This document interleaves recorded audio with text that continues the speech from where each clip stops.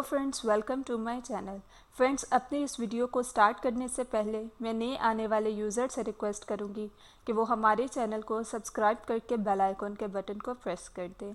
आज की इस वीडियो में मैं आपको बताऊंगी कि आप किस तरह से बच्चों की खांसी, सीने की बलगम को कैसे दूर कर सकते हैं। आज के इस वीडियो में छोटे बच्चों की खांसी से निजात का एक नहायत ही भरोसे वाला नुस्खा बताने जा रही हूँ। ये नुस्खा छोटे बच्चों की खांसी, नज़ला ज़ुकाम के लिए एक बहुत ही बेहतरीन इलाज है। बच्चों के गले की बीमारी और सांस में तंगी में बेहद मुफीद साबित हुआ है। बच्चों की छाती में जब बोझ हो और सीने में जब बलगम जमी हुई हो और आसानी से खारिज ना होती हो, तो इस नुस्खे का इस्तेमाल इन तमाम बीमारियों को दूर करता है। ये नुस्खा बनाने में भी बहुत ज़्यादा आसान है।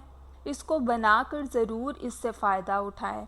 इसके लिए आपको जो इंग्रेडिएंट्स चाहिए हैं वो हैं करकसंगी 20 ग्राम, मलट्ठी 22 ग्राम और मनक्के 22 दाने।